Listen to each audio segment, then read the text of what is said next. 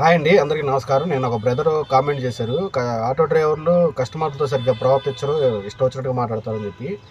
కేవలం కొంతమంది చేసిన ఆటో డ్రైవర్ వ్యక్తుల వలన మిగతా వారి అందరికీ అదే భావన అని చెప్పంటే కొంచెం ఇబ్బందికరంగా ఉందండి. దయచేసి అర్థం చేసుకోండి. కస్టమర్లు కూడా కొంతమంది చాలా ఇబ్బంది పెట్టి, టార్చర్ పెట్టి, అమౌంట్ ఇవ్వకుండా ఇలా ఇబ్బంది గురి చేసిన విషయాలు చాలా ఉన్నాయండి.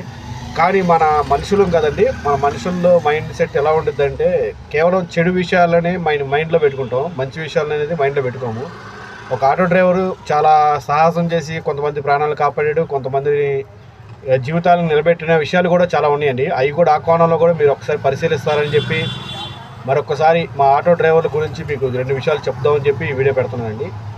ఆటో డ్రైవర్లో చాలామంది ఉన్నత చదువులు చదివి గొప్ప స్థానానికి వెళ్ళి వారి వ్యక్తిత్వాన్ని ఎవరి కాళ్ళ దగ్గర వదిలేయకుండా కష్టపడి బతుకుతాం, మన వ్యక్తిత్వాన్ని కించపరిచే ఉద్దేశం ఎవరికైనా కలిగిందంటే అక్కడ ఉండకూడదని చెప్పి ఈ ఆటో ఫీల్డ్లోకి వచ్చి ఈ ఆటో ఫీల్డ్లో కొన్ని సంవత్సరాలు ఇలాగా మూవ్ చేసుకొని తర్వాత వారు అంతా సెటిల్ అయిన తర్వాత ఓకే అనుకున్న తర్వాత మంచి జాబ్ వచ్చిన తర్వాత ఆ జాబులోకి వెళ్ళే వాళ్ళు కూడా చాలామంది ఉన్నారు. నేను వ్యక్తిగతంగా చూశాను వారందరినీ.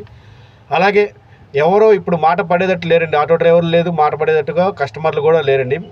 అలా మాట పడకూడదు కూడా. ప్రతి ఒక్కరిలో చైతన్యం వచ్చింది. మా ఆటో డ్రైవర్లో ఉండే ఎక్కువ మందికి ఫీలింగ్స్ ఏంటంటే ఆటోలో ఎక్కే ప్రయాణికులు ప్రతి ఒక్కరు మా కస్టమర్ దేవుళ్ళు, వారి యొక్క గౌరవ మర్యాదలను కాపాడాలి, వారి గమ్యస్థానానికి చేర్చాలని ప్రతి ఒక్కరు మనస్ఫూర్తిగా కోరుకుంటామండి. ఇది మా Vijayawada auto drivers and owners association group సభ్యులు ప్రతి ఒక్కరి ఫీలింగ్స్ అండి. Have a nice day. జై హింద్.